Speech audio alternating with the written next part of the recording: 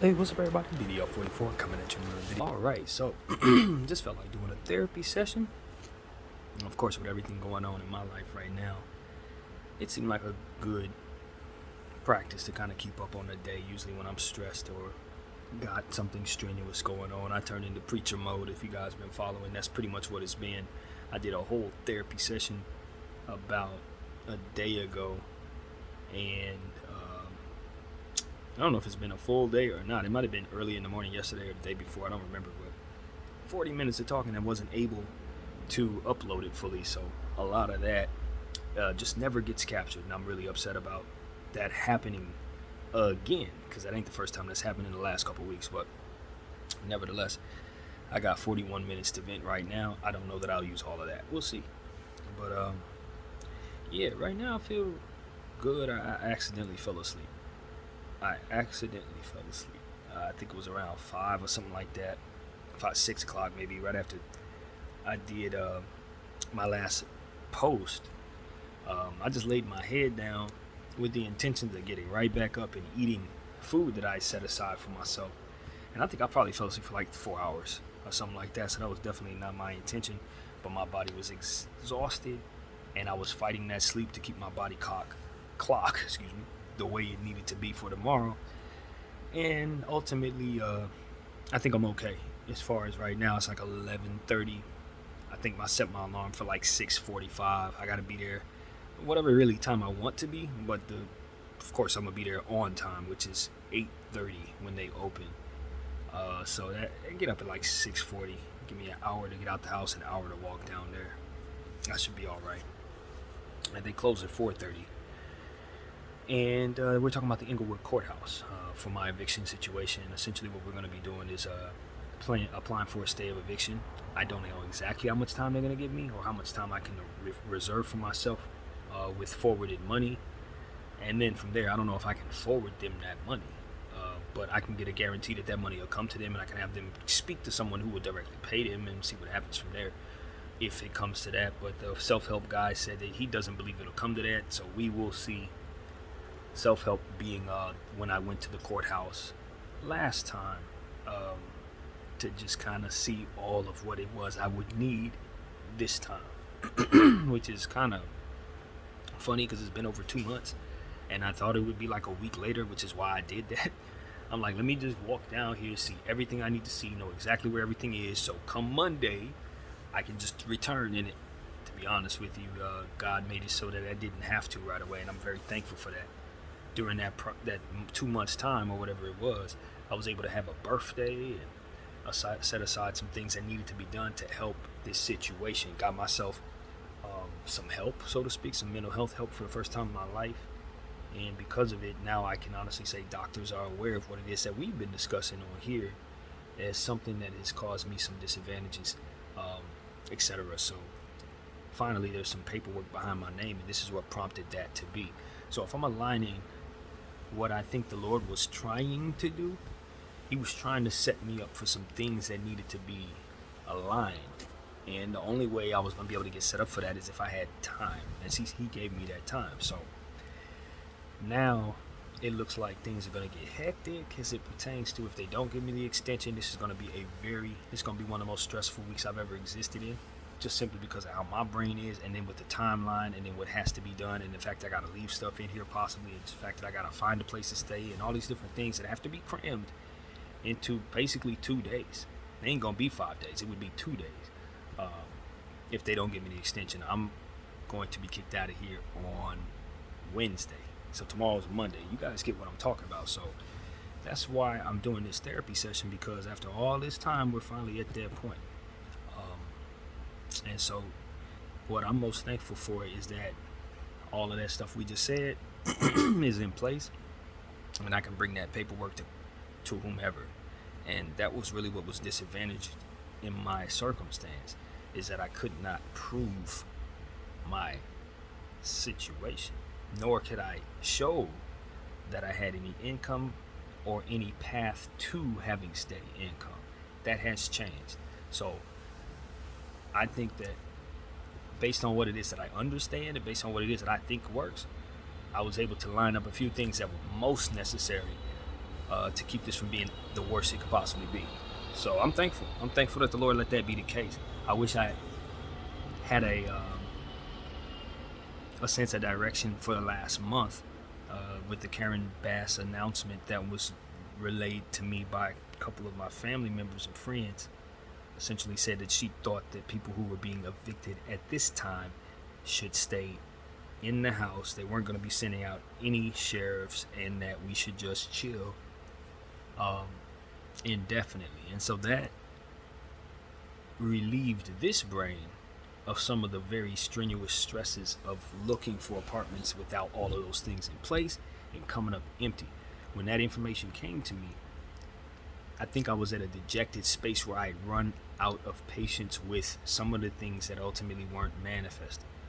Trying to sell stuff that I wanted to sell, looking for apartments in the area that was coming up with scams and credit card schemes that would set me up for bullcrap. We talked about a lot during that time, where I would give them $1 and then they end up billing me for the next couple months until I turn them off. That kind of stuff. Just finding myself getting involved in $70, $80 worth of transactions that I still have not been paid for. Remember I told you I got those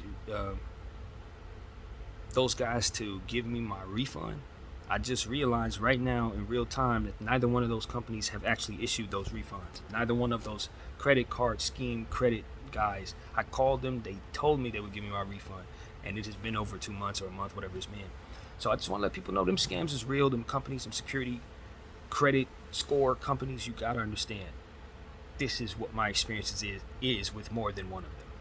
More than one of them.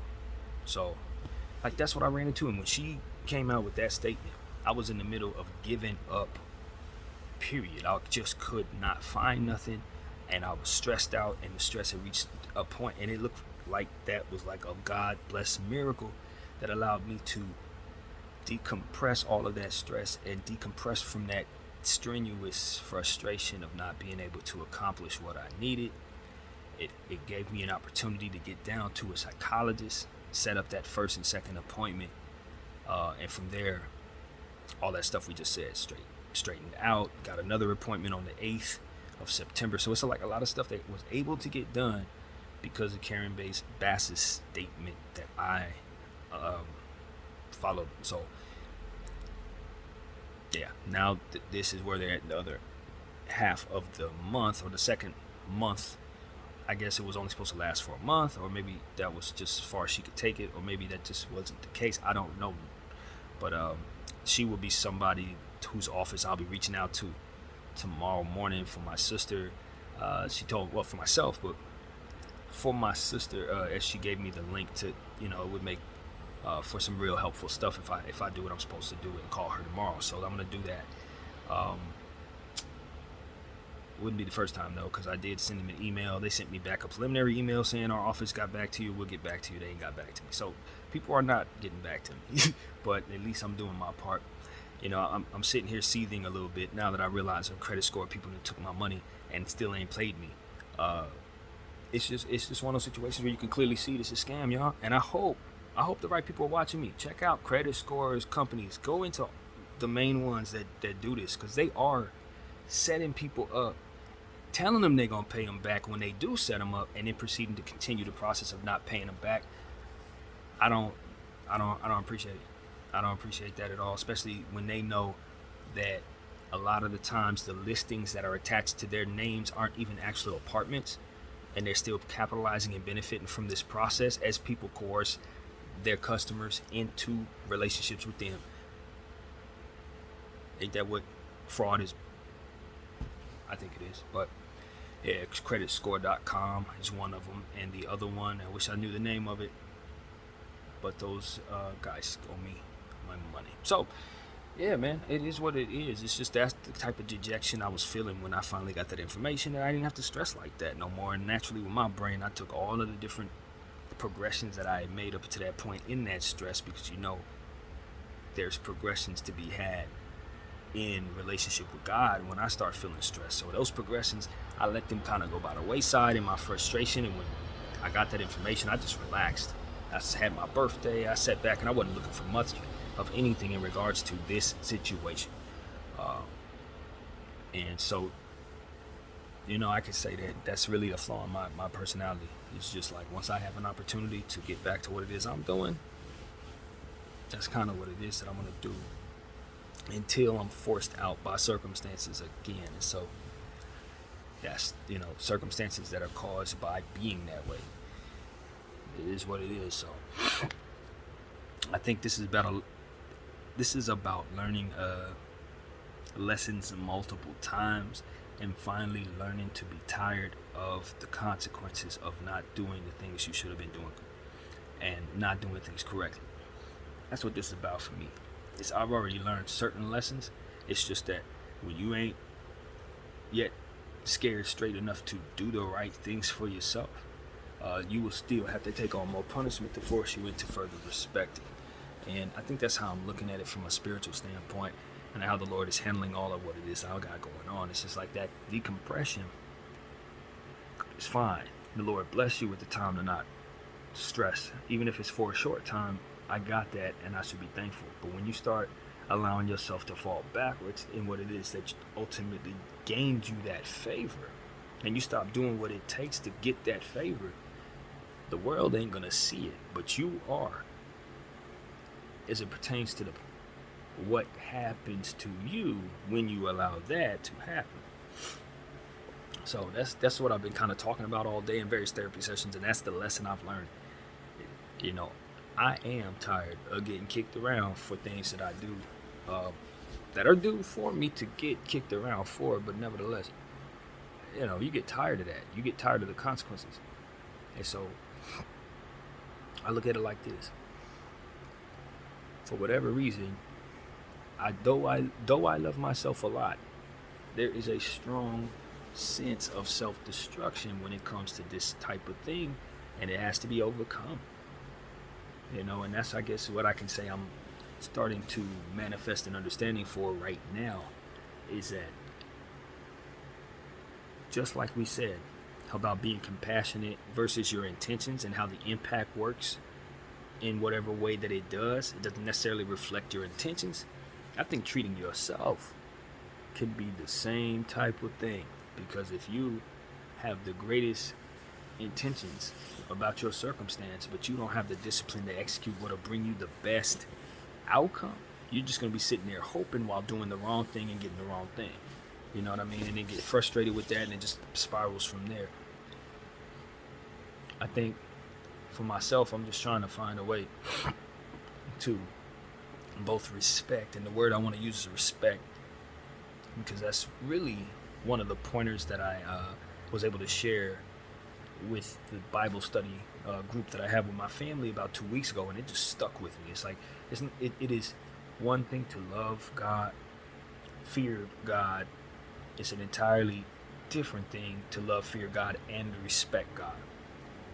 And I think I was doing a great job of loving and fearing him and even communicating with him. But when it came to let me sacrifice what makes me feel good during a time when it's time to relax for the Lord, because I don't need anything from him right now, so that I got to stay close to him. You know what I mean? I ain't got to sit here and pray all day long, because the stresses ain't weighing on my head to that degree. So in those moments, do I respect him enough to say within my leisure, this way of spending my time or this way of treating people, that's not the way I would treat them if I was in a desperate situation and needed the Lord to stay close to me while I'm stressing the heck. That ain't how I treat these situations. So when the Lord tells you, hey, you got about 5 minutes to relax, don't be disrespectful during them 5 minutes. That's what I'm saying to you.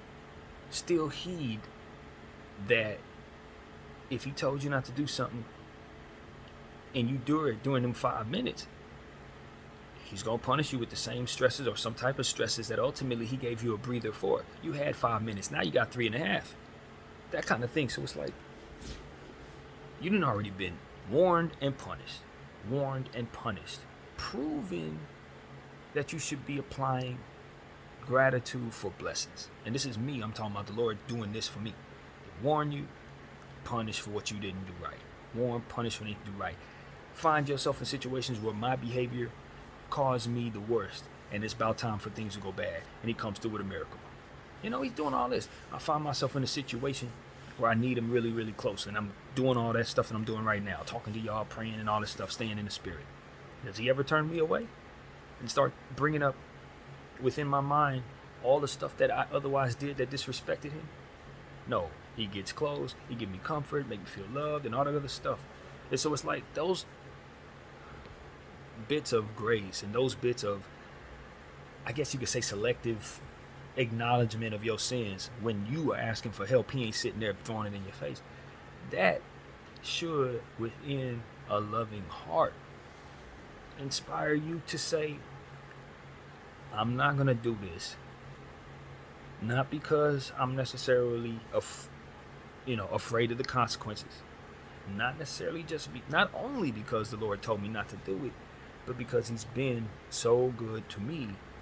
And I know he don't like this thing that I do, or these things that I do.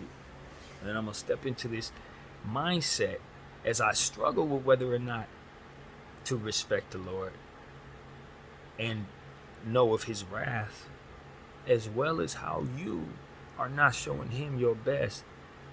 And so if you want him to return to you your best when you need it the most, why not give him the respect of giving him your all, even when you don't necessarily feel like you, quote unquote, need him. And though we always need God, we don't often perceive ourselves always needing God in the same way. And that's not something that I think he blames us for. When things get scary and you have a relationship with God, likely you're going to get closer. But what you don't want to do is, when things aren't scary, to forget that he still has to be respected, that he still has to be adhered to. And just because that last punishment wasn't overly severe to where you were just so afraid to do it again, that don't mean that you should be disrespecting him for the grace that he otherwise provides you. He could very easily make that punishment 1,000 times worse on the next go round. It ain't no guarantee that punishment gonna be just as soft. You know what I mean? It's sort of like certain kids, when they find out their parents ain't gonna spank them, it's like, okay, I'm not gonna be hurt by this. Whatever you gonna do, it ain't gonna be mortal danger. It ain't gonna hurt my body, so I can just talk, drink, I can throw stuff at you, know. But that butt whooping, if severe enough, will scare them to never do what it is you told them not to do. Now, granted, you can cause a lot of other troubles too in that situation, but the intended result, you likely gonna get. But sometimes when it comes to God, he don't want to hit you with the most severe punishment for what you've done. Maybe he don't want to send you spiraling, you know what I mean? But he does want you to feel the punishment of what you've done. But if that punishment didn't receive to you, you didn't receive it as severe, maybe you ain't afraid, and now it becomes a situation where the only thing that's gonna keep you from doing what it is that he don't want you to do is the respect that you have for him. Not necessarily your fear for that punishment. And it shouldn't come down to you wanting to be given a strong enough punishment to respect it. It should come down to you being able to recall all the times where he didn't trip on you when otherwise he could have. And so this is what helps me understand where I would like to get better. If I'm gonna call myself to be this guy, however I find myself to be, to talk about this type of stuff, there has to be either some consistency or some acknowledgement of inconsistency on my part to remain as credible as I ultimately want to be. I don't care what everybody else is doing in regards to this, because I know what I respect within them and what I haven't seen very often. The best thing I can do for myself in regards to being credible as a person who speaks like this is to tell you guys that the mistake that I've made over the last 48 hours is not respecting the Lord the right way. And beyond everything else that I did wrong, I took some time off from him in a time where he told me I could, more or less, in some special way, and I didn't use that time to continue to respect it. And because of it, within a very short time, he was able to get me back on track, punish me, forgive me, and help me understand to relay this message to you. And that's what I appreciate. You know, it's not, I don't have to sit back and still wonder if I'm being punished, or sit back and still beat myself up, asking him, you know, when do I get a chance to forgive myself? That is a question. Even though I said that's not what I'm doing, it inserted itself into my head. And I think that is a question that actually should be asked. I think we should be wondering that. We gotta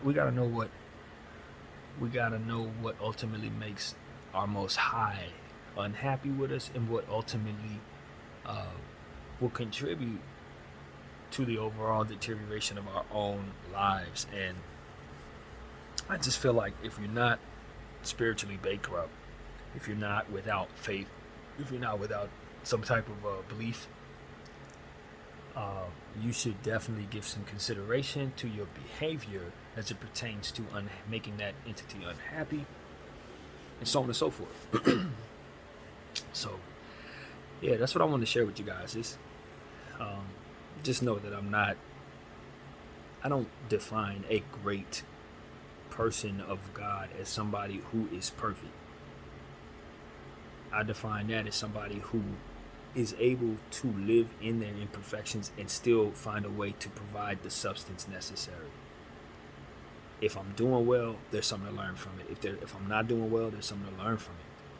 If I made a mistake, something to learn from it. If I did right, there's something to learn from it. But that you can turn anything into content for someone to learn from is what it ultimately is about for me. If I make a mistake, that's a mistake, and you can pick up something from within and not make as well. So it's like I want to do that in a much better scale, and I feel like the Lord doing what he's done over the last couple of days is going to put me right back on track to where I need it to be, to where I want to be, with a new level of respect and a new incorporation of that respect. And it is attached to a desire to not be punished. It is attached to a respect level that I ultimately want to see given to me by others. When I give them whatever give them a break or whatever, I'd like to see some respect as regards to that. So it's like, it's a lot of stuff that you have to do just to be able to deserve what it is that you most respect. And if you can't point it at your closest loved ones, then it's going to be very difficult for you to get it from strangers. And in my mind, closest loved one happens to be the Most High. And that relationship is important to me. No different than my relationship with all of my friends and my relationship with this camera for all of you. It just becomes a situation where if I'm not treating the people I care about right, then when it's time for me to be treated right by the people I care about, or strangers, ain't no guarantee anything good is deserving, let alone may happen to come my way. And though a lot of people don't believe in, something special being sent to you by a greater, higher power or something, or something coming your way by way of the choices of something outside of your understanding, as I always say, that does not mean that isn't there. That God is right there whether you believe in him or not. That's not something that I'm looking to debate people about, because that just becomes a situation whether you believe or not. But for those of us who understand, we don't question at all. There's nothing for us to question. And so that's what it is for me. I know he's in this room right now. And because of it, it makes no sense for me to hide anything that I did in this room from him. And so I don't. And I think that contributes to, maybe, if such a thing exists, the favor that I receive. Being honest, letting the Lord in, as I was talking about in the previous therapy session, which is a very important point. You let him in on your sinning process, because you ultimately want him to be a part of what it is that you're doing. Because if you're doing something horrible, you're unprotected spiritually. And so what I believe I understand about God is that even though his interest is in us specifically, in our group specifically, and everything that matters to us in our world, whether we believe ourselves the center of attention or not, he can zero in on us as if we were. However, he's always got a bigger picture to consider. And when that is considered, sometimes it's not just about you. It's about, what else is going on that he's ultimately going to affect with you and your energy. So that's something to think about as well when we go about doing whatever it is we want to do. Maybe he's bringing us something, but maybe it's not about us. Maybe there's a lesson to learn, but it ain't our lesson to learn. You know what I mean? Maybe it's a test coming our way and we take the worst of it, but it's about somebody else being tested. To say, it don't really matter what you do in this situation other than ruin your energy while you react to what it is that's happening to you. Your job is to just play the role And then from there, let the Lord bless them or curse or whatever he decides to the people that's really about. And a lot of times we be thinking that we're the center of the universe or don't understand that stuff comes to us that way. And we end up thinking stuff is about us and end up moving the wrong way within those circumstances. You get closer to God, he'll help you understand what your role is in the circumstance and what you don't have to react to, which makes you much more powerful in a lot of cases, depending on what it is that you're willing to do in that reaction. And so these are things that have just come to me at random. And I guess that's the beauty of having a relationship with God. He just allows for you to just have pointers in mind as you speak. I appreciate the gift, but all in all, if I'm feeling anything, it's just a relief. This helps me a lot when I'm stressed, just like praying does, just like talking to family does. I was able to speak to my little brother today. He's feeling better. I don't know if I was able to cram that into the therapy session that I uploaded or didn't. That's the problem. There was a lot of stuff that was talked about in a 40-minute span, but I did get a chance to speak to my little brother who was in the hospital, and that made me feel a lot better. Speaking to my uncle, he's also someone who obviously enriches my soul when we have those Bible studies I talk about often. So that really lifted my spirit today, and it helped me cope, I guess. And well, cope may not be the greatest word, but it helped me manage my day and instilled in me a sense of a light in me rather than just the overall stresses and the strain that come with having that without your family and loved ones attached. So, that's what I want to say. I was able to speak to my brother Matthew. He's feeling better. I think they were going to keep him overnight. But I got a chance to speak to him for a good 15 minutes, and he is himself. He is definitely in good spirits when I spoke to him, so I was very encouraged by that.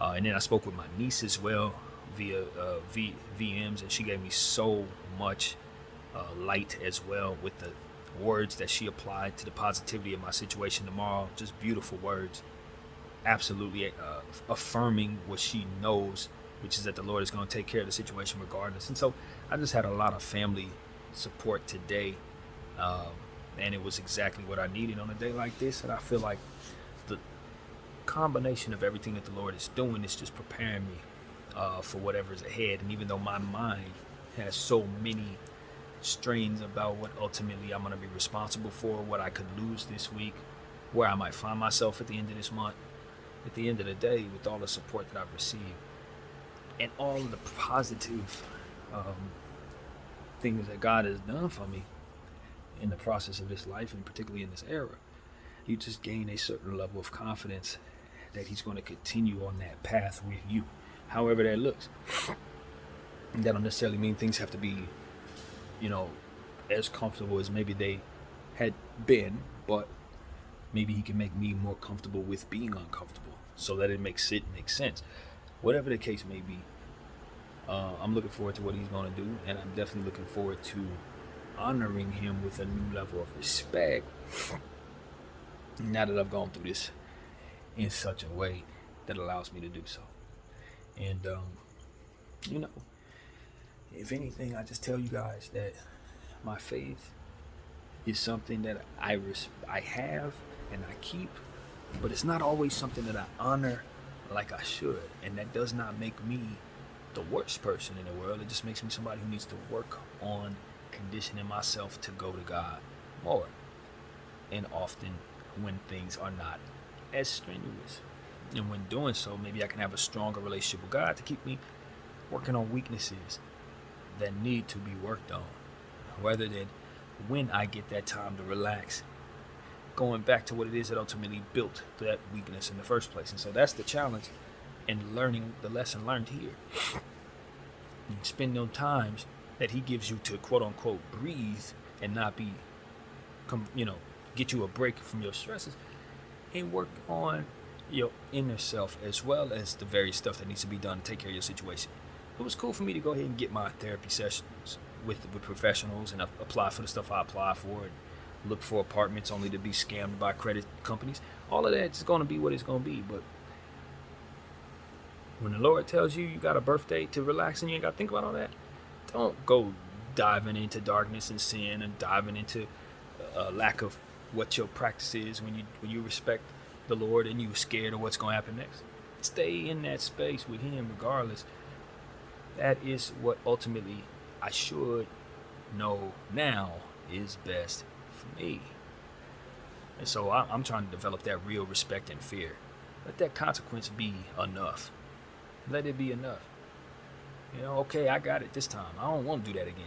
I don't want to go through nothing that's going to make you mad at me so that I got to keep on learning the same lesson over and over again. No. If I'm hard-headed, let this be an acknowledgement of that, and let's work on my hard head, because whatever's going to get me into a position to not have to suffer the ills of these consequences is exactly what I want.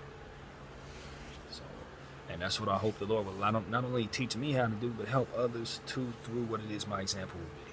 Don't coerce us into regretting our lives and ultimately further disliking ourselves, or whatever that would be like, when you disrespect God and then realize you've done it. You start pissing yourself off. You start getting mad at you for all that you didn't do right in a loved one's life. And so, as I once said, I don't look at God as no different than a loved one, man. That relationship is important. And when I don't get it right with him, I feel guilty. And so, strangely enough, that's not limited to God. That's also in other people too. When I don't act right, messed up, not showing love like I should, I end up feeling regrettable. And so that's also what this week has kind of been about. But that's a devil's detail, because what it ends up doing is pointing back at you every single which way. That's what we got to be careful about too. Is that for which I'm talking about, just further I will discuss here. You just don't want to allow yourself to get psyched into believing that you can't be forgiven, and then from there letting yourself do bad because of it. It's a pointer I made in the video that I think got deleted, but that's one I'm glad the Lord brought back to me. You just gotta let him in, let God in, and let him know that you're not only trying to overcome what it is he's asking you to do, but you also are trying to get to a point where you respect him better, so he don't have to do all that. And that's where I'm at. So, yeah, man, it's a lot of good coming from this. Even though tomorrow, I need a lot of favor that maybe he feels I deserve. Maybe he feels like I don't. So, yeah, man, I just want to use all this time. It's probably stalling, because I know once I go to sleep, blink, wake up, and we face it. But I think that's ultimately what I'm hoping to find, is the courage to face it without any blemishes on my day tomorrow. Walk down there, get the information I need, give the information I need, receive what it is that's coming to receive, get back here, communicate with who I need to communicate with to address what needs to be addressed, and say the prayers necessary to move forward, whatever that looks like. And if I don't have as much time as I need, then we will learn how to let go of what needs to be let go of.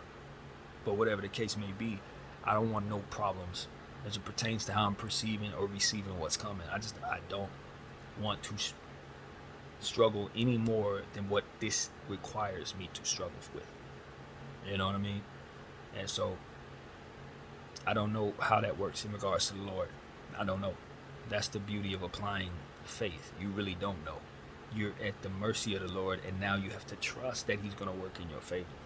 But you also have so many examples of where people didn't really have what it is that you need. You know what I mean? So that can leave doubt in your mind. I don't know if what their walk with God is about actually correlates with the results of what it is that's going on in their lives. It ain't as simple as it's not working out for them because they didn't do all this I'm talking about. There's no way of knowing that. So you can't comfort yourself thinking that. You know what I mean? It's like, it's as simple as BDF said. If they would have did this, this, and this, then they'd be fine. It is never going to be that simple. Unfortunately, there's no rhyme or reason to any of that, because as I said, sometimes stuff that comes your way ain't about you. So this could be one of those for them. You never know.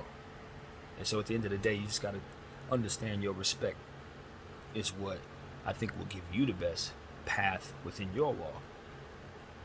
And the way the Lord works, and as far as I can tell, whatever's going on with somebody else that you don't know, that you can say, well, that's what my situation is, chances are that ain't nothing like what your situation is. It's reality of it. It's probably nothing like your situation. So you just got to love yourself, walk your walk, and know that your application of respect and love and dedication to God will yield you the result that you're looking for, independent of what everybody else's consequences are for the walk that they're in. That's how that works in my mind. Because otherwise you'll be sitting up here psyching yourself into doing stuff that ain't good for you because you are looking at their life as an example of why applying what you should doesn't work. And that is an evil in and of itself that's meant to coerce you away from what ultimately bring you the best stuff. What they eat don't make you poo. Period. So that's what it is in my mind. So yeah, man, I just want to just share, man. I like being able to get this stuff out in this camera. As you guys know, it's a comfort zone for me. I don't look at it as me broadcasting to the wide world. I look at it as me holding a device in my hand and speaking to myself, which is comfortable to me. And I think a lot of people on YouTube may look at it like that to a degree, which is why you can still have social anxieties and things like that, but have so much confidence in it with a phone in your hand because it ain't nobody in here. You know what I mean? But at the same time, this thing does in fact broadcast out. And there's no end to where that broadcast can go. So what I try to leave is as much of myself in this thing as possible with substance that I think can help any walk of life at any time. You can watch this video 300 years from now, and I believe something within it will be relevant as it pertains to your walk with the higher power. And the beauty about that higher power is that it's gonna be the same one. it's gonna be the same one. That's the beauty of the Lord that I know. He the same one that the ancestors prayed to. He the same one that started everything. He gonna be the same one that my great grandkids prayed to. And he's gonna have all the details of my life, mind, and times in mind for every bit of the assessment of everyone he ever sees. That's the full encompassing understanding of the Most High. Not only does he know of you, he has your information on the forefront of his mind at all times, for all time. There's never going to be a time where you can walk up to him and explain anything to him. Never going to need to be done. And so it's like, that's why I know what I say can age well, because the God himself, he don't change. He's the same one. What's relevant today in his eyes in regards to respect and blessings, I believe will be in place for as long as this thing keeps going. So that's why I think, the Bible, we read the same Bible, it's the same God. You know what I'm saying? You read the same Quran, it's the same, he's been the same one the whole time. And if y'all notice how I've been talking the last couple of days, I don't separate the two. Allah and God, I think of the same thing. I just think it's two different angles to the same person. Two different angles. We coming from a different place on a different plane on a different level. We gotta approach it this way because this is what's important for what it is that the Lord has set aside for us. Another aspect of faith, they gotta come from a different angle. They can't come the same way you come because you're attacking attacking the enemy from a different angle, a different level, different height with a different weapon. I'm telling you, I know what I'm talking about. So when it comes to that, it's like there's no separation. The only separation is that of what the Lord has set aside for us to be separate by, so that he can attack that enemy from different angles, different ways. It's very hard for the enemy to take everything God has if everything God has is separated in different angles, different ways, different prayers. You could try to get to us, but you ain't gonna get to them. You try to get to them, but you ain't gonna get to us. That kind of thing. I really believe that's why the religions are separate spiritually, because there's so much being done to warp the minds of people to where if everyone is uniformed in spirit, they can all be roped together. Cannot be done when you have different people praying different ways with different goals to please the Lord. It allows for more to try to deal with in regards to the enemy. That's why I think God does that. So I'm telling y'all, there's real energy in both of those religions. I don't know, it's real evil in both of those religions, as we know. And that evil is there. It's always going to be looked to be magnified and considered culture to keep you away from that relationship with that faith. Ignore it. That faith is the relationship that's ultimately going to help you ignore it. Because once you realize that God is there, you realize everything around you that's making you believe that he ain't there isn't actually a threat to you, so long as you keep that connection with that higher power. That's what I believe. That's what I'm running with. That's what I'm carrying with me tomorrow and whatever it is that I got going on. And we'll see what he decides to do in my life. But I'll always tell you, I'm never somebody who believes himself to not be worthy of the punishment the Lord provides him. No different than I feel like myself not to be worthy for it. No different than I feel like I am worthy of whatever it is he decides he wants to give me in blessings. Because at the end of the day, I am not my own judge. I am not a master of my own understanding as it pertains to my reflection upon my own self. I don't know all that's there within me, but he does. I may not be able to see all of the good things that I've done in my life when assessing the bad. He can. Something I want to share with you guys before we cut off, but my thing is going to shut off in a minute and a half. But the one thing I know is that the Lord can both watch me at my absolute worst moment while simultaneously watching my very best therapy session and be able to compartmentalize the good and bad in both of those versions of myself. That's how real the love of the Lord can be. He can look at that therapy session and see my demons. He can look at me sinning and see that spirit in me that speaks to you in the therapy session. And he loves them both. So we can't hide our sins from the Lord. And there ain't no understanding or encompassing fullness of who we are that he doesn't absolutely master. My name is BDF 44. I thank you all for watching.